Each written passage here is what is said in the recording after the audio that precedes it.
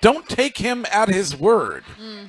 Don't take Sam Kennedy at his word when Sam seemed to indicate that Rafi would be willing to play first base. The irony in all of this is that no one is more obsessed with image and the way in which he is perceived than Sam Kennedy.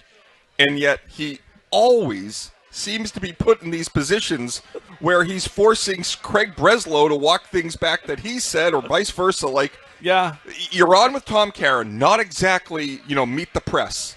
And you sit down, and you know that Devers' name is going to come up. It's probably the biggest storyline of the season.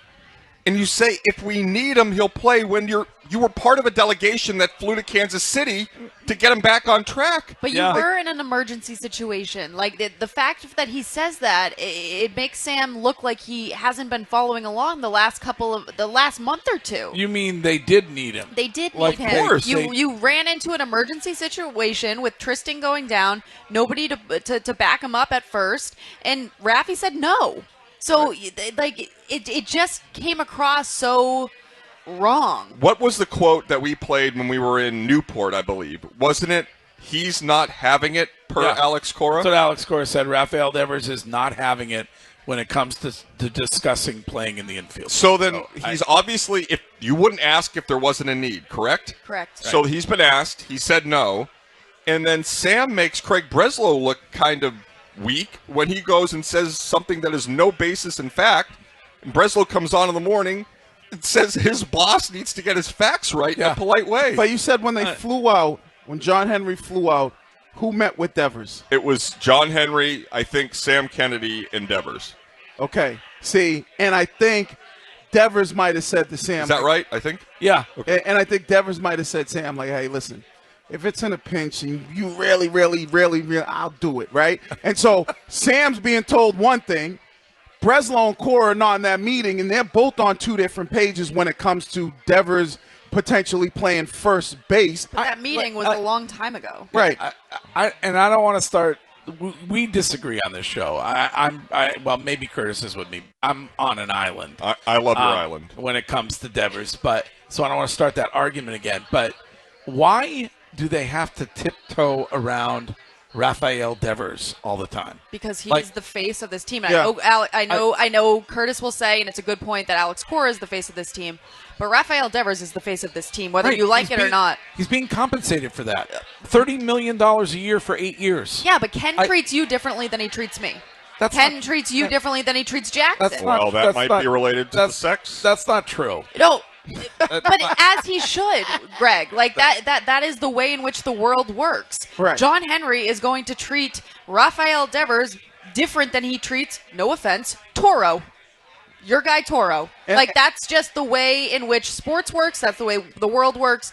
To think any differently is crazy. And I think they know that they fumbled the bag in the beginning with Devers on how it all played out with, maybe not really telling them or, saying, well, here's it. So I think what they're doing now is they know that mentally Devers can be fragile at times. It could be a little bit petty. So they probably, treating him with kid gloves, knowing like, all right, we can't because we don't want our best hitter to get in another slump. And Breslow said it yesterday that these baseball players are very what's the word I'm looking for? Like fragile. They're not fragile, but when they find the groove into something, they have to stay in that groove. And if you throw anything to throw that groove off a little bit, it affects everything. And so they probably know, like, when we try to move Devers around, it affected him at the plate, and he finally said, okay, I'll DH. Okay, then fine.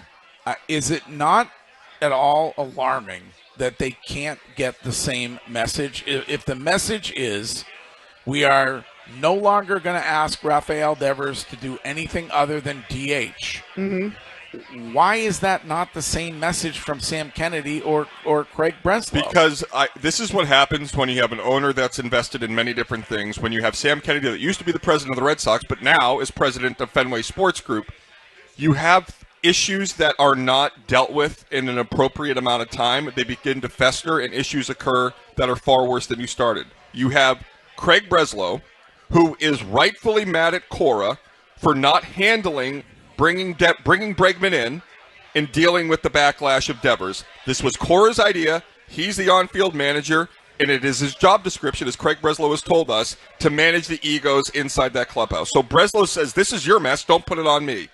Then he finally gets rolling, they get the injuries, and Cora doesn't want to ask Devers again to do something outside of the comfort zone because he finally got him to accept the role that he'd wanted him in. So you have Breslow being the bad guy. Who was Devers pissed at? He was pissed at Cora.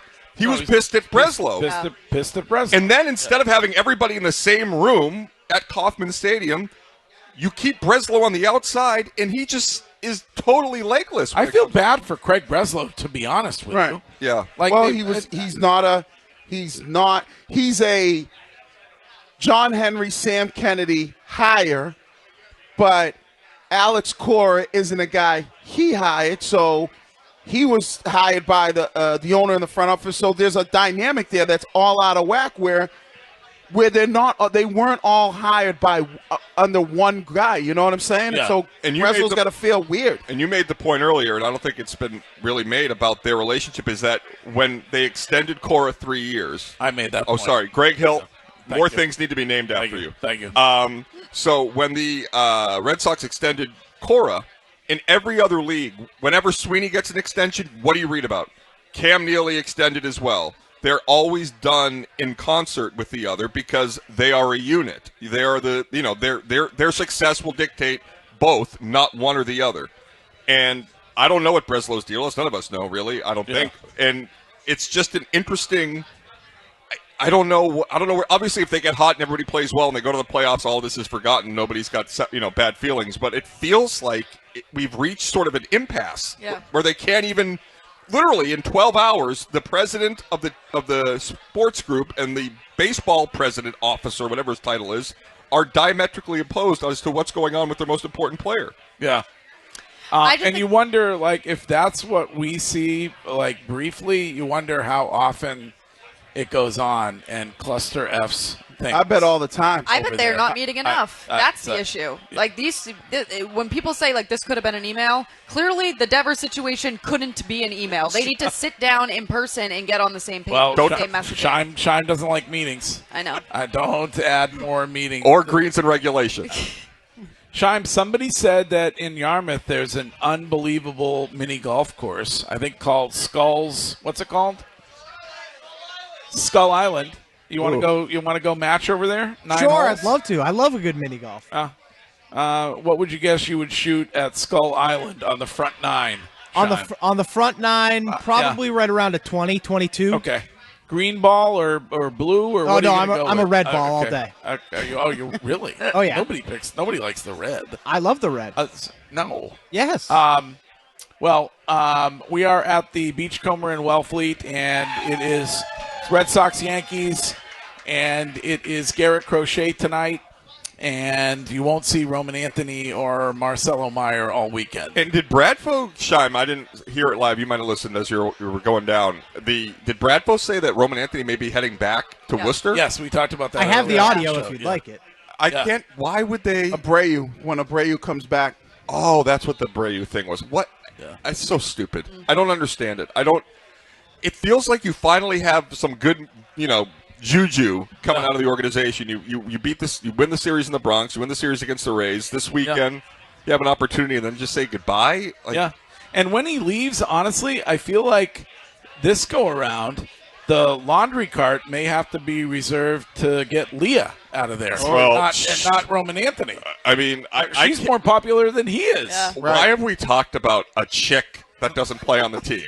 I don't know. I don't know why we're doing that. Also, the people saying that we're objectifying her, like, we're not. Like, you're really focused on this. No, because I just saw a DM, too, that's like, look at the definition of objectifying. That's exactly what you're doing. No, we think it's so crazy how the men popped off during this game and immediately slid into the DMs, and we're joking with her about it. It's as old as time. Right. Like, I don't understand.